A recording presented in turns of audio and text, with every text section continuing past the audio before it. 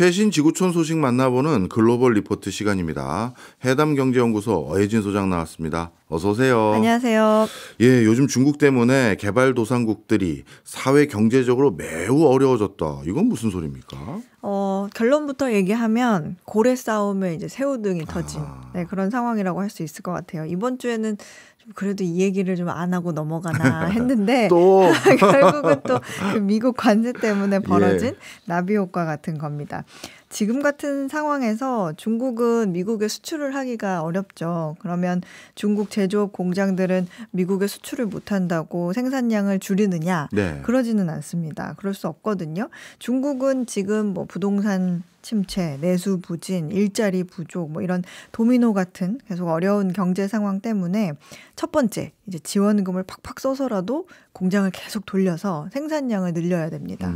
쓰는 사람이 없을지언정 계속 공장을 돌려야 사람들이 일을 할 수 있고 또 월급도 받고 그걸로 또 소비를 할 수 있으니까. 예. 네, 중국은 2020년 부동산 버블 이후에 이 경제를 강화하기 위해서 제조업에 대한 투자를 늘리는 조치를 취했는데 제조업 덩치가 커지고 수출이 늘어나면서 지난해에는 사상 최고의 무역 흑자를 달성을 합니다. 그리고 또 두 번째, 지원금을 또 갈아 넣어서 네. 국민들의 이제 소비를 높여서 이 소비 경제를 유도해야 됩니다. 예. 낡은 전자제품을 새 제품으로 교체하는 그 이구환신 정책이 바로 그 방법 중에 하나죠. 중국은 올해 초에도 조금 더 다방면에서 지원책을 늘려서 중국 경제를 소비 중심으로 전환하겠다 이런 의사를 밝혔습니다. 예.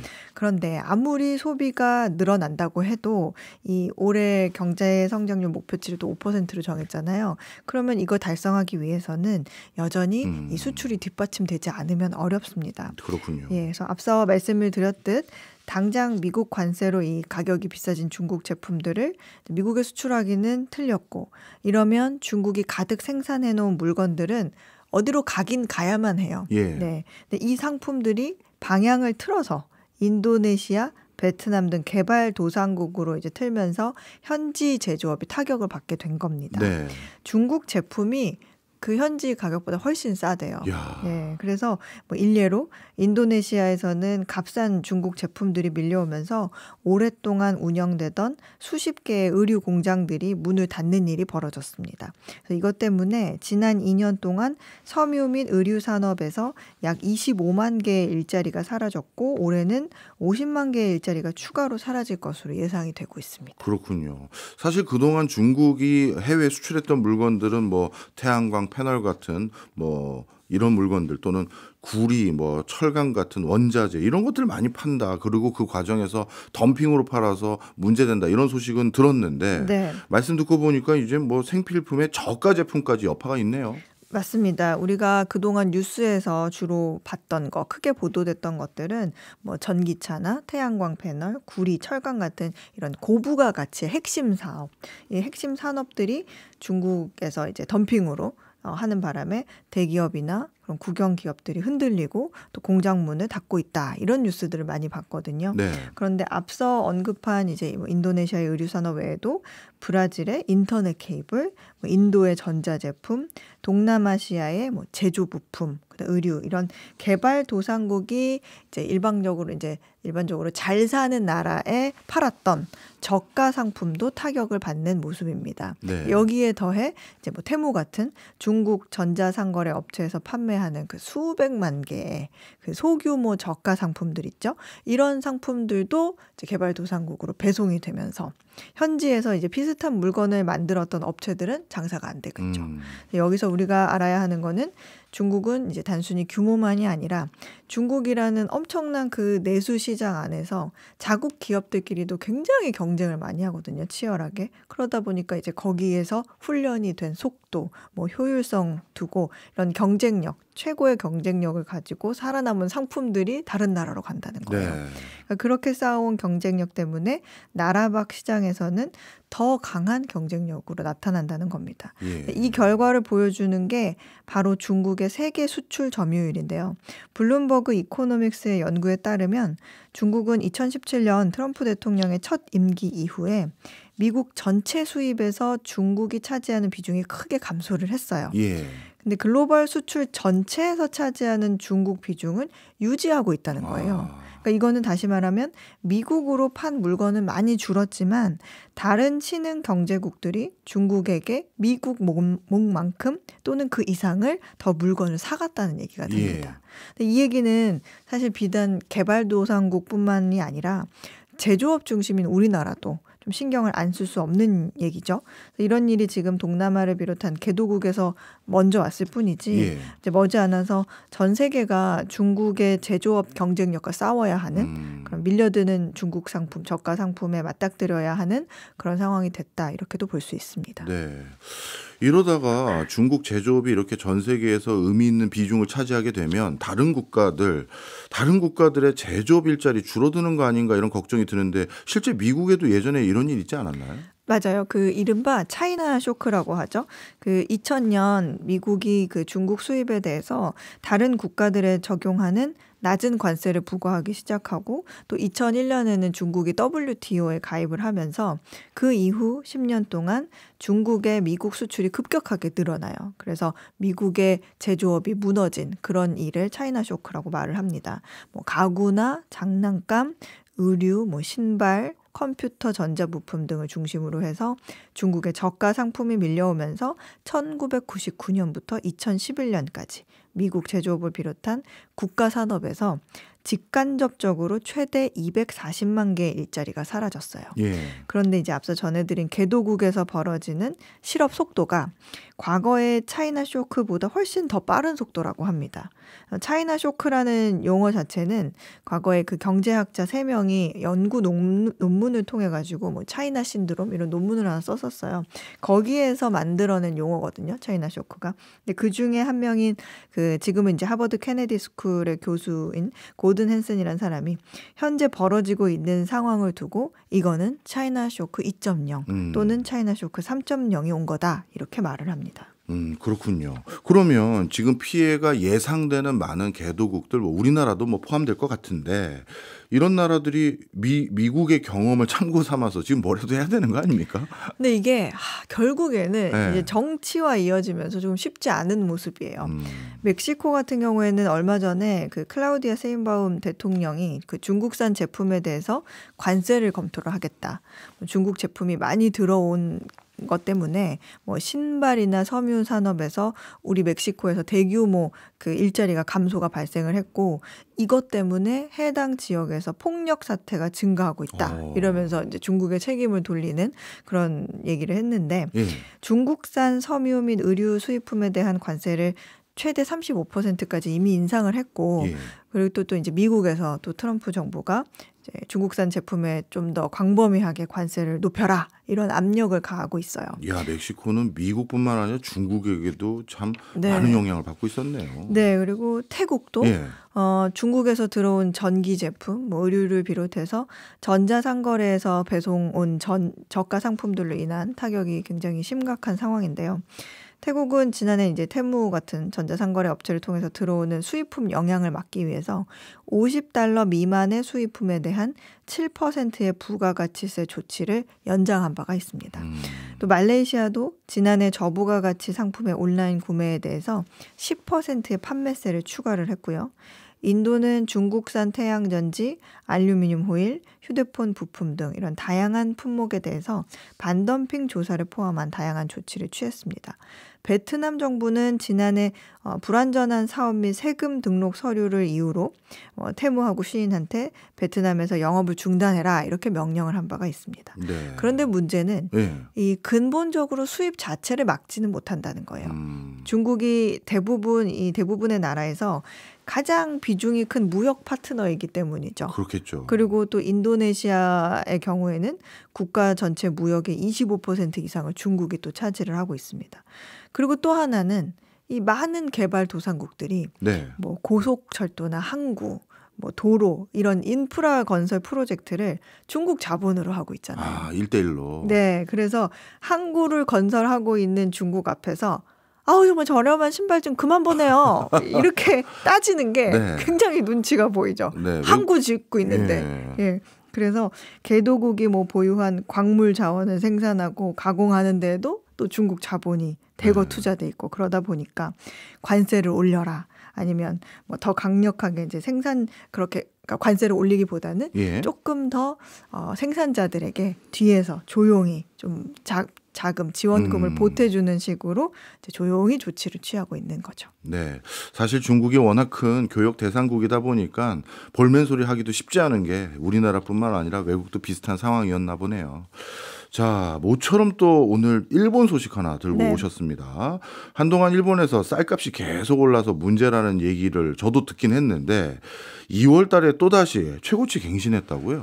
네, 지난 19일 일본 농림수산성이 작년에 수확한 쌀에 대한 그 2월 평균 도매 판매 가격이 6개월 연속 사상 최고치를 기록했다 이렇게 밝혔습니다. 평균 가격이 60kg당 26,000엔. 우리 돈으로 하면 한 25만 원이 넘습니다. 1년 전보다 이게 73%가 뛰었고요. 한 달 전보다는 2%가 상승한 금액입니다. 도매 가격이 이렇게 되니까 소비자들이 이제 슈퍼에서 마주하는 가격은 더 높겠죠. 네. 3월 첫째 주 평균 쌀값이 5kg당 4,000엔, 우리 돈으로 한 39,000엔 정도 됩니다. 1년 전 대비해서 이거는 2배가 더 비싸진 거예요. 엊그제 또 우리나라 신문에는 국제 쌀값이 떨어지고 있다 이런 기사가 실렸었는데 네. 일본은 지금 거꾸로 가고 있는 거죠. 일본 정부는 최근 쌀 가격 인상이 굉장히 이례적이다 이렇게 얘기를 하면서 3월부터 긴급으로 쌀 비축량 23만 톤을 방출하기로 했습니다. 이거는 이제 300개 이상의 장소에 보관되어 있는 일본 전체 비상 비축미의 5분의 1 이상을 차지하는 양입니다. 근데 보통 과거에는요, 자연재해나 농사를 이제 망쳤을 때, 흉년이 들었을 때, 네. 그럴 때 비축량을 풀었었거든요. 예. 근데 이렇게 공급망에 문제가 생겼을 때 비축량을 푸는 거는 이번이 처음입니다. 그렇군요. 근데 이해가 잘 안 가는 게 전 세계적으로는 쌀값이 오히려 떨어지고 있는 추세였고, 네. 그리고 요즘은 쌀 생산도 기술력이 워낙 좋아져서 뭐 생산량이라든가 생산 효율도 많이 늘었을 텐데 네. 이런 게 별 도움이 안 되나 봐요. 사실 그 숫자도 좀 이상해요. 예. 지금 농림수산성에 따르면 지난해 쌀 수확량은 전년 대비 18만 톤이 늘어났는데 네. 일본 안에서. 근데 유통업자들이 매입한 쌀은 전년 대비 23만 톤이 줄었다는 거예요. 이 아이러니한 결과를 두고 일각에서는 야, 이거 쌀값이 계속 올라가니까 몰래 빼돌려가지고 가격이 더 오를 때 시장에 풀어서 수익을 좀 얻고자 하는 그런 투기 세력이 있는 거 아니냐. 이런 주장도 나왔고요. 예. 근데 그만큼 이제 빼돌렸다고 하기에는 그 양도 너무 어마어마하고 그걸 또 보관하기에는 비용도 굉장히 비싸서 말이 좀 안 된다. 이런 얘기가 있고요. 그래서 유통 과정에서 이제 민간 거래가 늘면서 이제 정부 통계에 반영되지 않는 쌀 거래가 있는 게 아니냐. 그럴 가능성이 높다.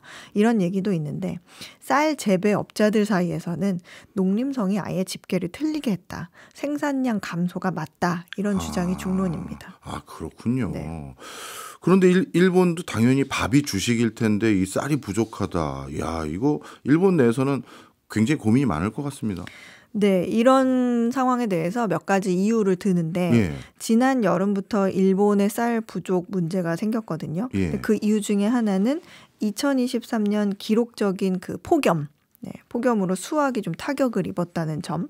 그리고 또 하나는 그 지난해 8월에 기억하실지 모르겠는데 난카이 대지진 경보가 있었잖아요. 그러면서 그 경보가 발령된 이후에 공포심을 느낀 국민들이 이제 너도 나도 쌀을 비축하기 위해서 이제 패닉 바잉을 한 거죠. 네. 확 구매를 늘렸다는 거죠. 이것 때문에 슈퍼마켓에서 당시에 가정당 하나씩만 구매 가능합니다. 이런 팻말이 붙어 있기도 했었어요. 그리고 또 한 가지, 일본의 쌀이 부족하다고 주장하는 사람들은 이제 이건 또 관광객이 너무 몰려서 그렇다. 이렇게 얘기를 해요. 코로나 이후에 그 일본 관광 붐이 일어나면서 이제 관광객들이 와가지고 오니기리, 그 주먹밥이라고 하죠. 그 주먹밥이나 뭐 초밥, 이런 또 사케도 쌀로 만들잖아요. 그런 요리들을 많이 먹으면서 쌀 수요가 급증했다는 거예요. 아, 참나.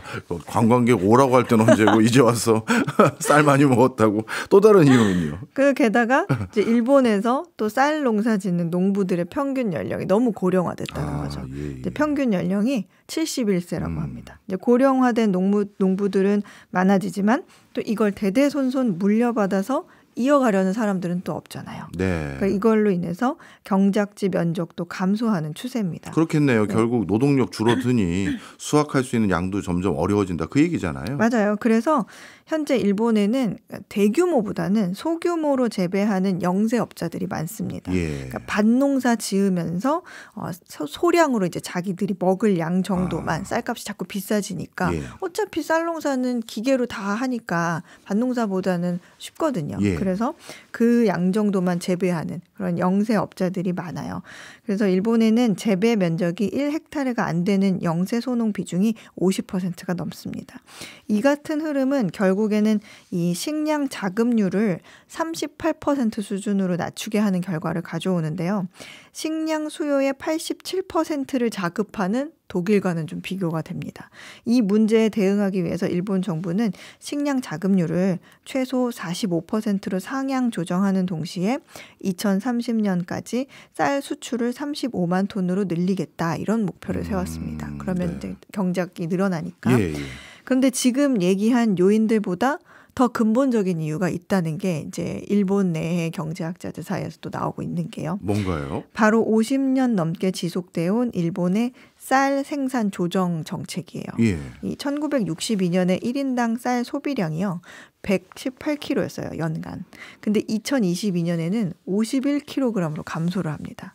그래서 일본 정부는 1971년부터 쌀 가격을 유지를 하기 위해서 쌀 생산을 제한하는 정책을 시행을 해요. 이것 때문에 매년 쌀 재배 면적과 생산량도 수요 감소에 따라서 꾸준히 줄었습니다. 이로 인해서 1967년 1,400만 톤에서 2022년 730만 톤으로 생산이 확 줄어요.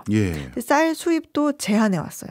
그러니까 밖에서 들어오는 쌀에는 무려 700%의 관세를 부과합니다.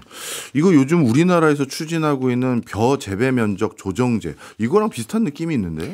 예, 그렇습니다. 어제 우리나라에서 경남이 쌀 공급 과잉 문제를 해소하기 위해서 벼 재배 면적을 7,000헥타르 줄이는 계획을 발표를 했거든요. 벼 재배 면적 조정제에 참여를 하면 생산량이 줄어도 이 실질적인 소득 보장을 지원해서 농가에 이익이 될 수 있도록 하는 정책입니다. 쌀이 남아서 문제였던 우리나라도 일본의 정책을 따라가는 거죠. 근데 일본은 50년 넘게 시행한 이 감산 정책을 사실은 2018년부터는 공식적으로 폐지는 했어요. 그런데 여전히 쌀 대신 밀이나 대두 같은 전략 작물을 재배하는 농가에는 보조금을 주고 있습니다. 이러니까 쌀 생산량은 줄어들어도 쌀값은 높게 유지가 될 수 있었던 거죠. 근데 이게 문제인 거예요. 결국에. 시골에서 농사 짓는 농부들 그리고 농협조합원들 일반적으로 이 현재 집권 자민당의 주요 지지자들이거든요. 그러니까 정치인들이 지지 기반을 유지하기 위해서. 역대 정부들도 지원금을 계속 유지를 해왔고 또 인구 감소로 인한 수요 감소를 고려해서 재배지를 줄이는 이런 정책을 통해서 쌀 가격을 떠받쳐왔던 거죠. 그렇군요. 다른 한편에서는 쌀 생산을 엄격하게 제한하다 보니까 수요와 공급에서 지금과 같은 예상치 못한 급격한 변동이 생기면 갑자기 큰 차질이 생겨버린다는 것도 결국에는 이제 문제가 되는 거예요. 일본은 지난해 쌀 가격이 오르기 시작했을 때 이거는 가을에 햅쌀이 나오면 재고가 보충이 되고 가격이 좀 낮아질 겁니다. 이렇게 패닉 구매를 좀 멈춰 주십시오. 이렇게 말을 한 바가 있는데 결과적으로 가을에 뚜껑을 열어보니까 수확량은 전년도 작물보다 더 줄었던 거죠. 그래서 오랫동안 쌀 재배 면적을 줄여온 것이 현재의 공급 위기와 가격 인상으로 이어졌다 이런 비판이 나옵니다. 공급 부족과 유통 불일치로 인한 혼란이 대중의 불안을 초래했다는 지적이 나오는 이유죠. 일본 소식이긴 합니다만 우리나라에도 앞으로 쌀에 대해서 주식에 대해서 굉장히 많은 시사점과 우리가 고민해야 될 부분을 말씀해 주신 것 같아서 많은 분들이 앞으로 두고두고 참고할 수 있을 것 같습니다. 짧게 하나만 더 볼까요? 중국과 인도가 2050년까지 과체중과 비만 인구를 가장 많이 보유한 나라가 될 거다. 야, 이거 선진국 된 건가요? 이게 란셋 실린 논문 내용인데 국가의 과감한 개입이 없다면 2050년까지 중국과 인도 그리고 미국은 과체중과 비만인 성인 인구가 세계에서 가장 많은 나라가 될 것이라는 결과가 나왔습니다. 네. 중국의 경우에는 약 6억 3천만 명, 인도는 4억 5천만 명, 미국에서는 2억 명 순으로 많았습니다. 네, 인구 대비 비율로 계산하면 뭐 순위가 좀 바뀔 것 같긴 하는데 역시 인구도 많아서 그런지 숫자도 어마어마하네요. 네, 절대 숫자만 놓고 보면 중국이 가장 많은데 연구진은 이게 결국에는 엄청난 경제적 파급 효과로 이어질 수 있다 이렇게 지적을 합니다. 그렇겠죠. 과체중 비만은 뭐 당뇨병, 뭐 심혈관 질환 그리고 또 특정 암에 있어서 걸릴 위험이 있기 때문에 질병 부담 증가가 직접적으로는 의료 비용, 또 간접적으로는 생산성 손실을 유발한다는 거죠. 예. 예측에 따르면 2035년까지 비만이 유행을 하면서 전 세계 국내 총 생산이 2.9% 감소해서 예. 4조 달러의 손실을 입을 것으로 전망이 됐습니다. 네. 실제로 요즘 중국이요 비만 증가로 고민이 굉장히 커요. 그래서 중국 보건위원회에 따르면 2020년 기준으로 중국 성인의 약 3분의 1이 과체중이고 네. 약 16%가 비만인 것으로 나타났습니다. 그 올해 전인대에서도 체중 관리에 대한 내용이 언급될 정도로 정부 차원에서 굉장히 관심을 갖고 있어요. 야, 전인대에서도요? 예, 중국이요. 그래서 지방 정부 차원에서 각각 문제 해결을 위해서 나름의 조치를 취해라.